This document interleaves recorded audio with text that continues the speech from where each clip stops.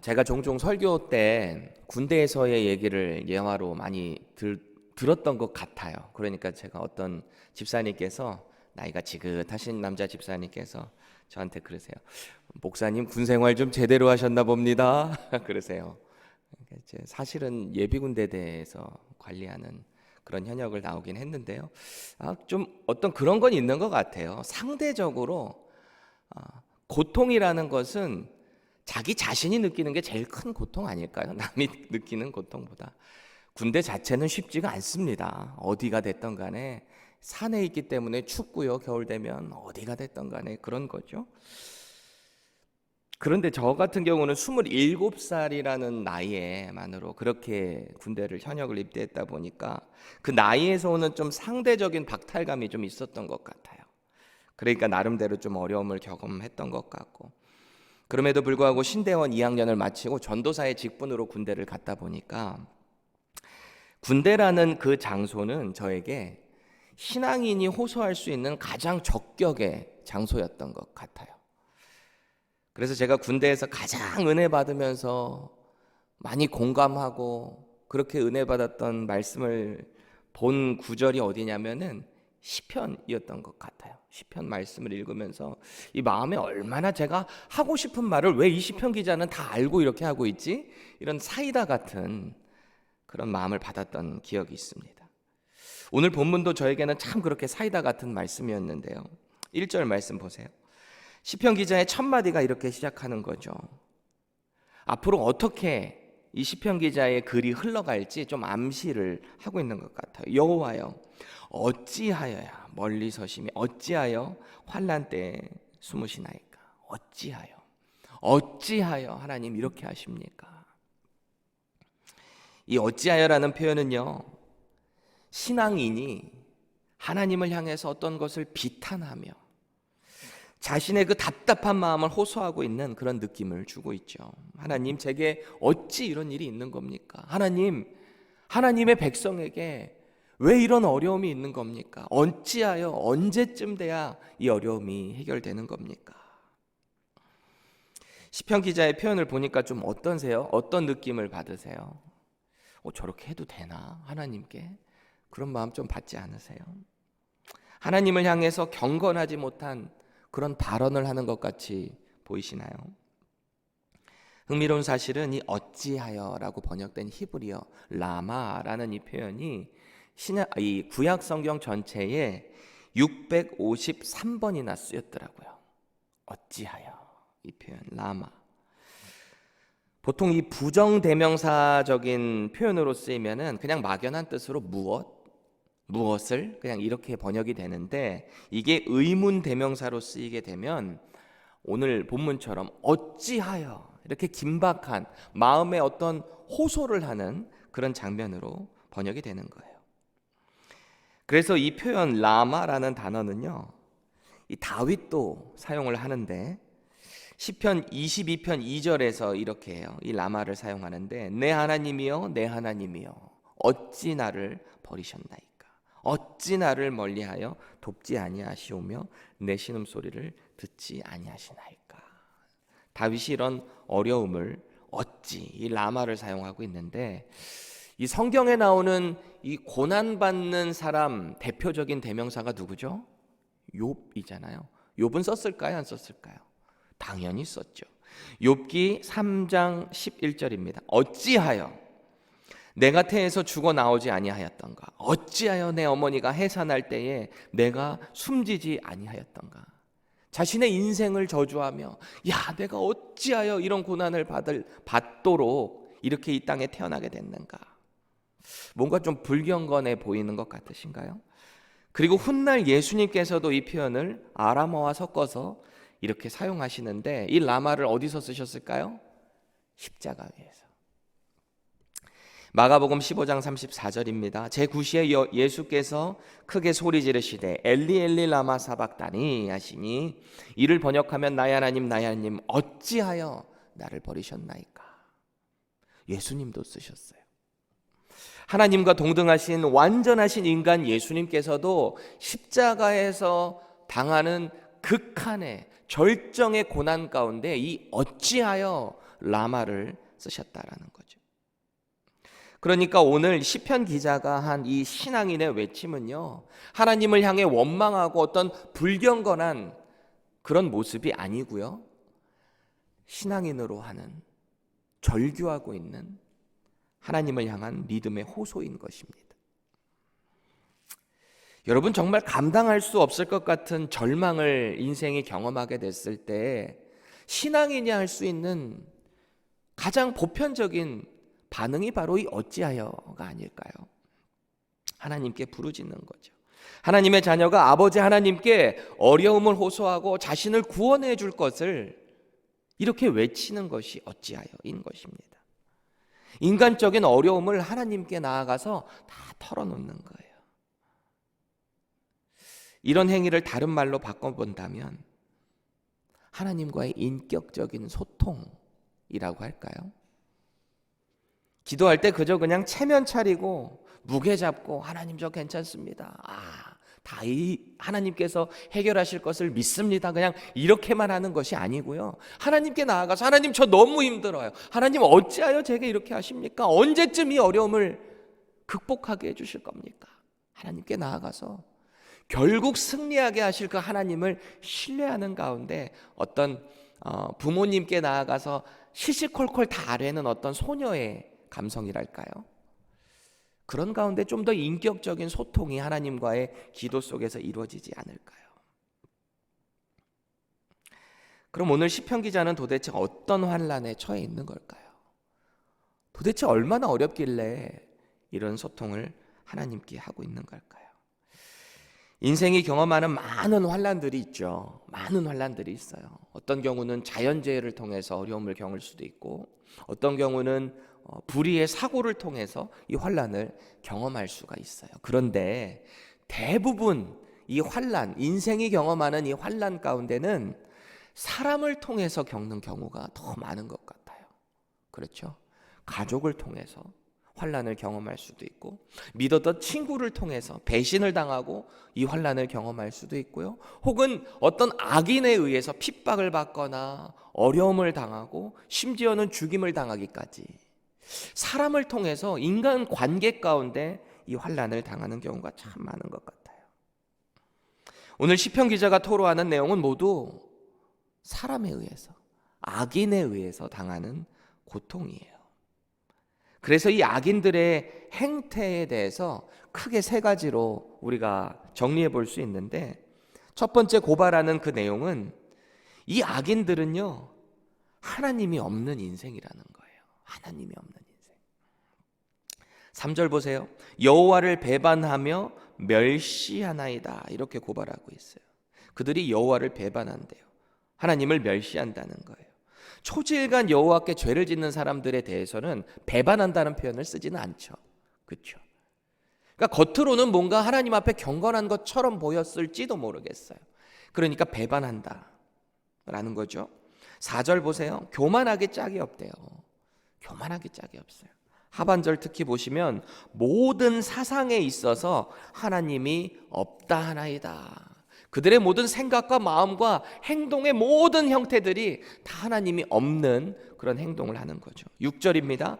그의 마음에 이르기를 나는 흔들리지 아니하며 대대로 환난을 당하지 아니하리라. 교만의 끝이죠. 아무리 자기는 악을 지어도 나는 환난을 당하지 않을 거다. 인간에 보여주는 교만의 끝입니다. 여러분, 교만이 뭘까요? 교만이 뭐죠? 그냥 잘난 척하는 정도가 아니죠. 하나님 없이 살아갈 수 있다라는 생각 자체가 바로 교만이다라고 성경은 말하고 있는 거죠. 오늘 시편 기자가 고발하는 이 악인이 딱 여기에 맞는 위인인 거예요. 하나님 없이 자기는 이 땅에서 잘 살 수 있다. 나는 절대 환난을 당하지 않는다 말이죠. 하나님 없는 그 어떤 사상과 멋대로 살아갈지라도 전혀 흔들리지 않을 뿐더러 자기에는 환난이 없다라는 것입니다. 오늘 시편 기자가 고발하는 악인의 두 번째 특징은요, 입술과 마음과 행동이 악으로 일치되어 있어요. 삼위일체가 아니라 삼악일체예요. 입술과 마음과 그 행동이 하나가 된 모습입니다. 7절 말씀을 세 번역으로 볼까요? 그들의 입은 기만과 폭언으로 가득 차 있고 그들의 혀 밑에는 욕설과 악담이 가득합니다. 되게 그렇잖아요. 이 악한 사람, 우리 세상으로 봤을 때 악한 사람들의 공통점은 좀 입이 험하잖아요. 입이 험하죠. 그런 사람들은 자기 입술로는 어떤 쾌감을 느끼고 그 쾌락을 느낄지는 모르겠지만 주변에 있는 사람들에게는 온갖 고통을 안겨주는 거예요. 8절 보세요. 세 번역입니다. 그들은 으쓱한 길목에 숨어 있다가 은밀한 곳에서 순진한 사람을 쳐 죽입니다. 그들의 두 눈은 언제나 가련한 사람을 노립니다. 그러니까 9절에 나오는 이 시편 기자의 표현처럼 사자가 약한 먹잇감을 잡으려고 이렇게 움츠리고 있다가 탁 잡는 것처럼 말이죠. 악인은 그렇다는 거예요. 이 시편 기자 고발하는 세 번째 악인의 행태는요, 거의 절정인데요. 이들은 하다 못해 이제 하나님을 조롱합니다. 비난하다 못해 조롱하는 거예요. 대표적인 것이 하나님이 무능력하다는 거예요. 11절 말씀입니다. 하나님이 잊으셨고 그의 얼굴을 가리셨으니 영원히 보지 아니하시리이다.